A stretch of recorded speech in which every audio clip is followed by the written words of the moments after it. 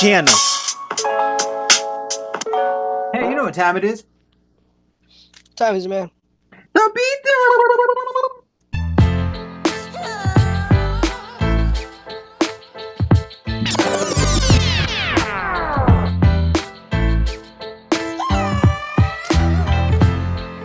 Welcome everyone to another episode of the Beatdown, the segment and channel where two worlds collide. I am your host, Class. This is my co-host, Mr. J. How's it going, guys? We have another one for you. And if you like these videos, go in the section below. Subscribe, share, comment, like.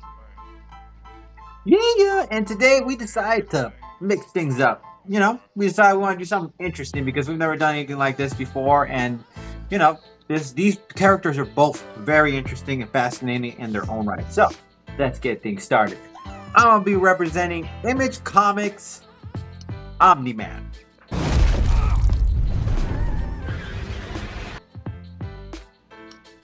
Okay, so let's talk about the brief origin story of Omni-Man, shall we?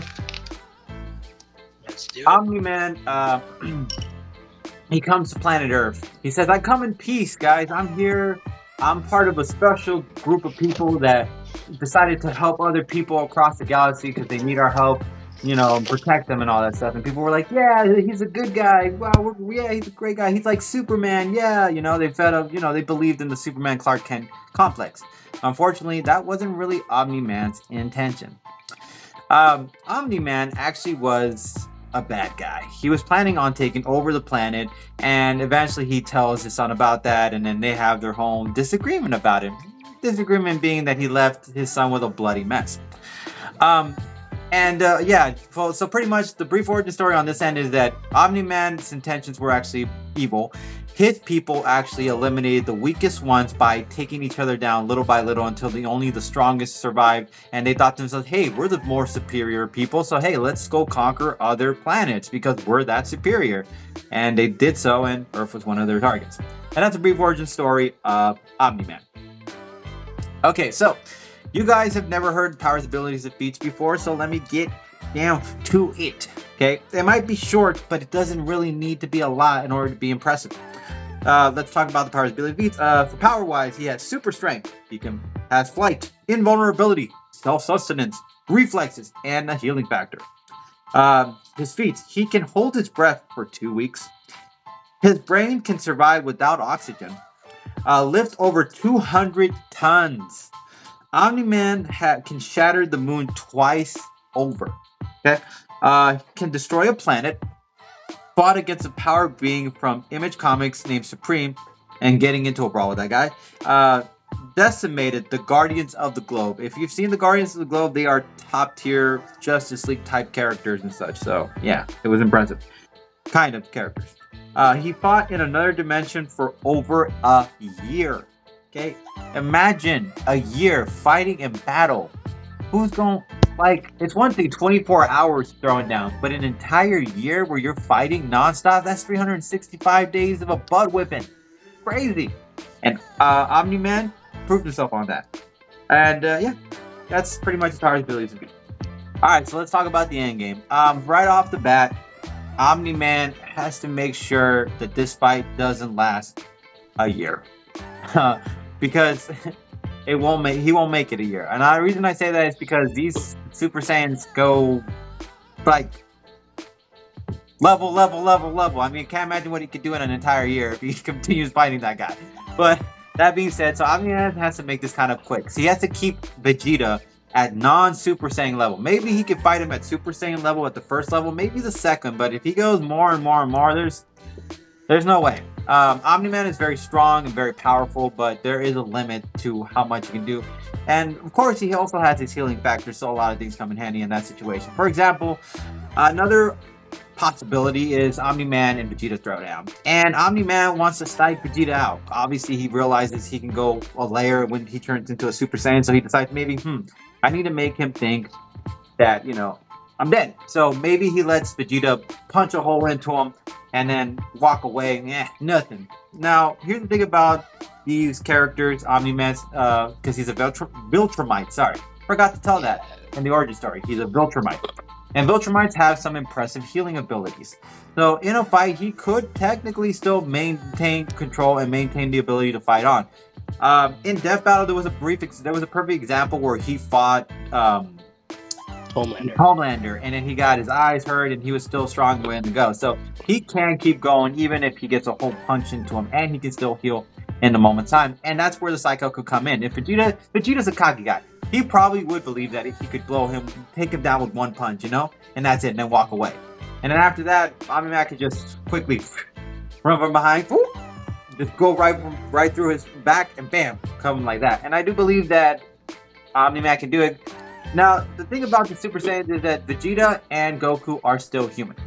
So they can still die. So if somebody beats them, somebody strong enough beats them, they could technically get defeated. They're not immortal. They don't have some incredible healing ability. Apparently, if they survive a fight in a battle or something like that, they get more powerful. Or if they come back, they're more powerful. I don't know how that works. But either way, the fact remains is that Omni-Man has some pretty impressive feats. Another thing to consider is that Omni-Man could just throw into a whole fight, keep Vegeta from not going too Super Saiyan, and maybe Vegeta's too cocky enough that he won't even need to think he needs to go Super Saiyan. He might just think, I could beat this guy with my regular Super Saiyan. And that's going to be his downfall on that end. Because Omni-Man can throw down with him for a long period of time, and then at some point, he could just blow the planet up. I mean, Omni-Man has been able to destroy a planet before, so in a moment's notice, let's say hypothetically, if he throws down Vegeta for a long period of time, and he happens to hit Vegeta with one good blow down to the ground, maybe Omni-Man at that moment can go super freaking speed, and bam! Supernova, bam! Blow the planet up and blow Vegeta with it. There is that possibility. Again, Vegeta can survive a certain amount, but a planet-disrupting amount at Super Saiyan level, maybe not. Maybe at like Super Saiyan level, but Super Saiyan level, maybe not. I do believe Omni-Man has that there. Top of that, Omni-Man is pretty fast and pretty strong himself. He can throw an entire boulder at him. He can throw it the size of Texas at him. So if he decides in a fight against him to throw a whole entire Texas-sized boulder at him, it would take Vegeta some time to blast it, to break through it, or to even dismantle it. And that would give Omni-Man some opportunities to either go through it and hit him with a really good hook, or he could get right from behind and sneak out of nowhere and just snap his neck. There's always those infinite amount of possibilities when it comes to Omni-Man, considering Omni-Man has fought his way against countless other superior super-like beings. So fighting is his bread and butter. And at the end of it all, I do believe he's going to put Vegeta down for the count. You should have stayed dead. Okay. My contestant today is none other than the Prince of all Saiyans himself, Vegeta. Well, get on with your little transformation then. Brief origin, because we've never used Vegeta before. Like we've mentioned before, we're trying to branch out into other realms, other universes, and do other mashups. So that's why we're incorporating these anime characters into the show. Now, going into Vegeta's background, as I've mentioned, he is the Prince of all Saiyans. Now, Frieza, who was one of Dragon Ball's big bad villains. Oh, he was great. He would go to planets, and in order to take over them, he would let the Saiyans go. And they were pretty much his little kill squad. So they would go to the planets they would take over, and they were doing pretty good. No one was really able to match up with them. So Frieza started thinking that they were gonna get a little too big. They were gonna start biting the hand that they were gonna start biting the hand that feeds them.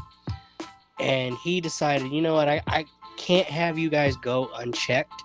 So he killed Vegeta's dad. I think he killed him. I'm not entirely sure about that part. Yeah, he did. I know he dies. I'm just not entirely sure how or who.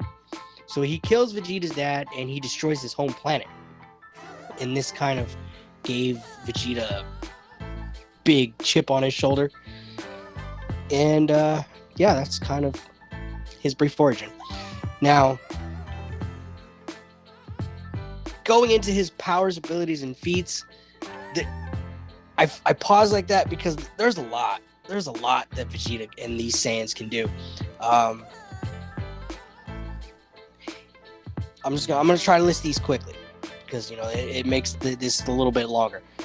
He has God Key, Flight, Gatlic Gun, Final Flash, Gamma Burst Flash, Big Bang Attack, Final Explosion, Spirit Sword, Lakura Gun. I'm not entirely sure if I'm saying that right. I apologize to the Saiyan or the Dragon Ball community. You might not like this. Forgive me. Forgive us. Yeah. Final Impact, Hakai. Again, I'm so sorry. Spirit Control, because Vegeta he has the ability to control and alter his spirit. Instant Transmission, which means he can take his spirit and consciousness and transfer it into another body, and the change is pretty much instantaneous. Spirit Fusion, or Spirit Fission and Fusion. One of the things he can do is him and Goku, they do something called fusion, and what they do is they come together and they fuse themselves into one being. Into some more of his stuff, because I don't want to get stuck on fusion. Fusion's a whole different thing. Yeah. Layers and layers. Yeah, seriously. Going into his transformations, he has Super Saiyan 1, that's the first one. He can go to Super Saiyan 2. I know he was able to get to Super Saiyan 3, but I think he had to have help. It was a whole thing. He has been ascended. He is Super Saiyan Gold, Blue, Evolved, or is it Super Saiyan God? Super Saiyan God. And then it was like Super Saiyan God or something like that. It's a There's mouth. so many, man. Yeah, there's a mouthful, guys. There's like Super Saiyan 1, 2, Gold, Blue, and then there's like Super Saiyan God. Yeah. Gold God. I'm sorry, guys. There's a lot of them. I know the Dragon Ball fans are hating this right now. Yeah. And there is also Ultra Ego. I forgot what it's called. Basically, Goku has an equivalent. It's just called a different name.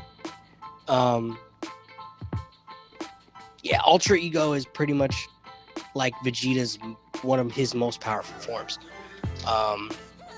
Going into his feats, he's crushed Goku in the first fight, outmaneuvered Frieza in a face-off on Namek, destroyed a planet effortlessly, held his own against Kid Buu for several minutes. Oh, Kid Buu. Trained under hundreds. He's trained on his home planet. Their Earth and their gravity is a lot more dense than ours.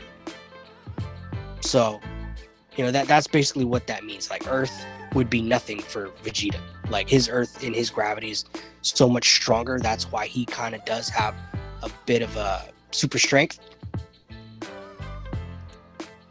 He scales to Goku and Beerus. Beerus is, I believe, like their god of destruction.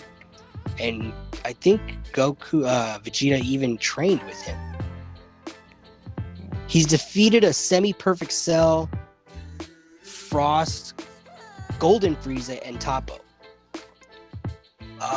One thing I want to mention, Omni-Man did destroy a planet. I did see that episode.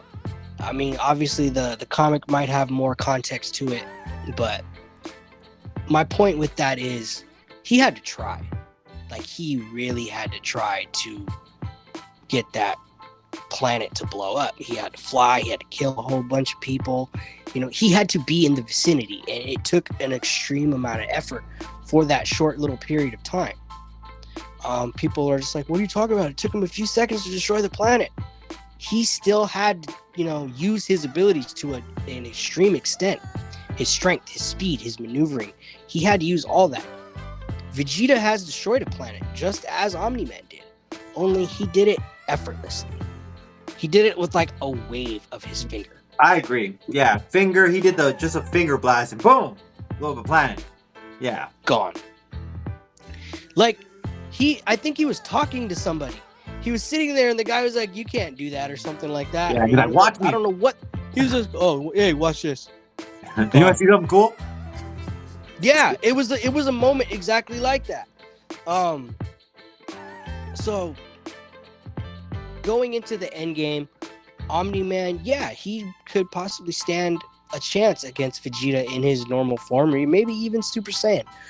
But the longer the fight goes, the longer Vegeta is able to evolve with his abilities, with his vast arsenal. I don't think Omni-Man's going to make it out of this one. I don't.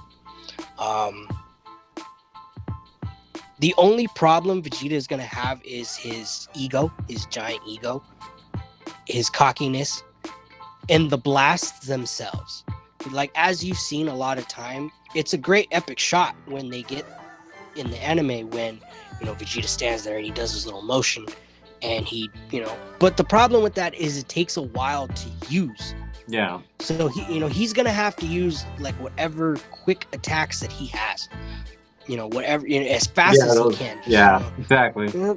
You know, he's going to have to speed that process up. Otherwise, you know, Omni-Man's going to catch him slipping a lot and he's going to catch him. Now, if the fight goes longer and he's able to ascend to Super Saiyan Gold, Blue, or God, you know, it's not really going to matter. You know, he's going to wave his hand and Omni-Man's going to disappear. But unless he's able to do that, Omni-Man can stand a chance. But like I said, the longer the fight goes, the longer it's in Vegeta's favor. To a certain extent, exactly. But he, like I said, he has to be fast with his attacks. He has to be focused, and he cannot be underestimating Omni-Man in any sense. Which he will, you know, he's a cocky guy. Yeah, unfortunately. But given superior strength, power, arsenal, Vegeta has this in the bag, definitely. Prince of all Saiyans for the win.